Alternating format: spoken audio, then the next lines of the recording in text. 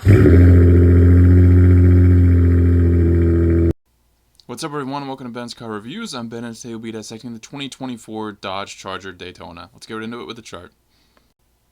Breaking down the chart here, those top two listed, the Daytona RT and Daytona Scat Pack, will be your 2024 models. And if you look below that at the two six-pack models, those are going to be out in 2025.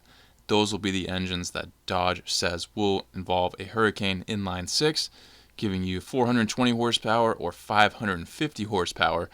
So I want to throw that in there so you can see that, both four-door and two-door, but the main focus of today's video will be the 2024s, which will be those top two. These are just estimates for price points based on what I've seen from other sources, what they're thinking. I think they're trending on the lower side, and I think this still may be on the lower side, but these are what I'm thinking. I can easily see that Scat Pack get above 70,000, just given what it is. How much power it's giving, the fact that it's electric, it's really hard to tell. But the power it will give will be 496 horsepower, 404 pound-feet of torque on the RT. Scat Pack brings significantly more, 670 horsepower, 627 pound-feet of torque. Both are said to be all-wheel drive. And looking at the range, not too stellar, but actually not as bad as I thought. They're saying the RT will be 317 miles, Scat Pack will be 260. Real quick guys, here at Ben's Car Reviews, I try to bring the most accurate and relevant information under 10 minutes. There's no misleading and no wasted time. If that's something that's intriguing to you and you like this content as you watch, please like and subscribe so you can continue to grow the channel. Let's keep going. Here we go. I'm sure my video was not the first you have seen of this all-new Dodge muscle, and I'm sure some of you have already planning a comment on why this isn't muscle based on what I just said, but don't shoot the messenger. I'm going to give you all the information Dodge has released so far on what this thing is, so let's break it down. Starting with the Daytona Scat Pack, Dodge says it's featuring twin 335 horsepower electric motors, one driving the front, one driving the rear, and the rear motor housing a mechanical limited slip diff, add in line lock for still smoky burnouts, and launch control for the perfect start off the line, says Dodge. Also, it is expected to target 0 to 60 time in just 3.3 seconds and a quarter mile at 11.5 seconds, so certainly a lot of speed here, you can't go against that. Power Shot feature adds an additional 40 horsepower for up to 15 seconds, just enough time to gap somebody leaving Walmart, and if you want to dust them even more, have it in available sport, track, or drag mode. The lithium-ion based battery features a high energy density nickel cobalt aluminum chemistry, which is packaged into prismatic cell structures and distributed across 13 in-series modules.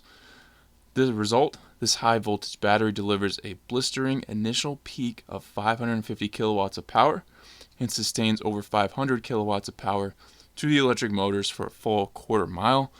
Unless you're really into EVs and how they work, that might be a bunch of nonsense information, but in the end, clearly there's a lot of performance here. Fully electric won't be the only way to go for this, as I hinted in the chart.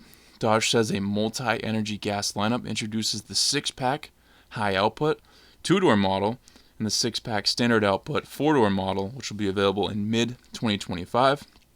Those to me sound seriously sick and appealing. The design is getting a lot of heat, but honestly I don't see what's so bad about it. It's easy to hate, but I think this thing looks pretty sweet, and I'm glad Dodge made it resemble the classics and didn't do anything really far out and crazy as we're seeing with a lot of EV models. They just look a lot like something we've never seen before, and I like that Dodge didn't stray too far from what we know. Dodge says this thing is built with a standard wide body design, and the wheels are pushed to the absolute maximum width possible, allowing an available staggered tire setup of 305s up front and 325s in the rear. Tires are going to be Goodyear Eagle F1 Supercar 3 tires. The front features a patent-pending R-wing aero pass-through.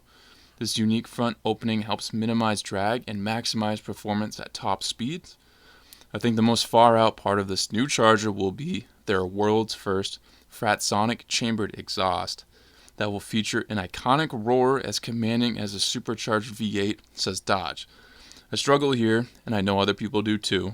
I think the idea is cool, but I think it would be seriously difficult to achieve. Not to mention, if I'm buying an EV, I think I would want that whole experience of it and not want artificial sound.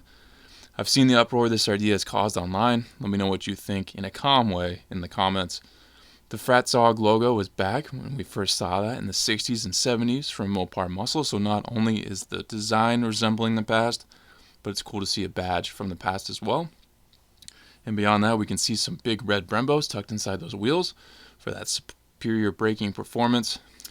If you're familiar with my videos, then you know I end this section choosing a best bang for your buck.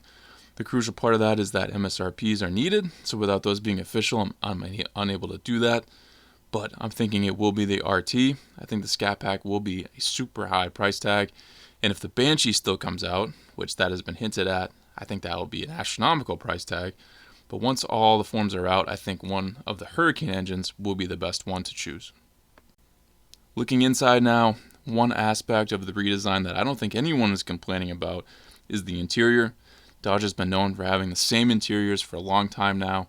No matter what trim you have, the design is the same. This is a welcome sight and a needed one to compete better at this point in time with other models. Not much released about the interior, but I'll let you know everything Dodge is showing.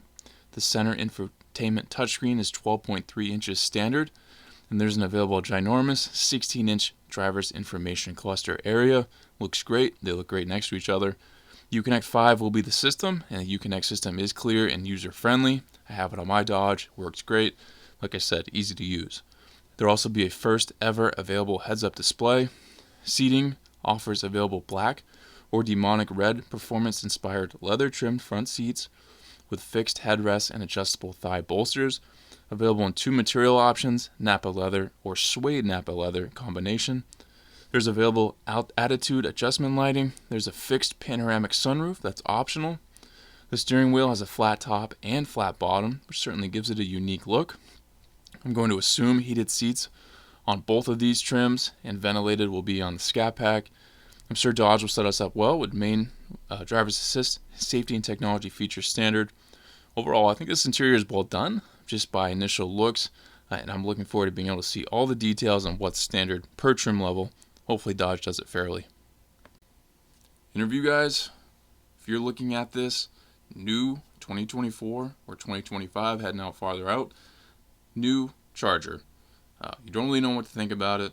Hopefully this video made it a little more clear what to think about it. But in the end, there's a lot of mixed opinions here. I think it's mainly more being upset that what we're used to, the V8s, are no more for this, that we've switched to electric power. Dodge kind of faked us out saying that gas engines were gone completely. It's nice to see there's going to be an option coming forward in 2025.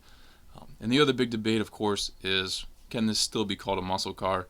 I have a video dedicated solely to debating kind of that topic.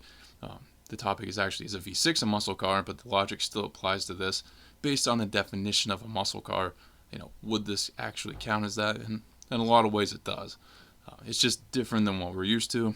And yes, it's sad to see the big V8s go, but it is what it is. Nothing we can do about it. This is the way Dodge has gone. So if you still want to get your hands on a Charger, this is kind of the way you're going to have to do it, unless you're going to buy a used one.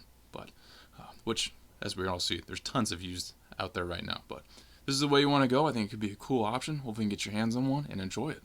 Hopefully this video lays on a clear way for you guys. Thank you for watching this Benz car review. Please subscribe if not already. If you have any for a future review, drop in the comments and I'll see what I can do. If you'd like to become a member of the channel, have that option. Check that out and join if you'd like. I'll catch you on the next Benz car review.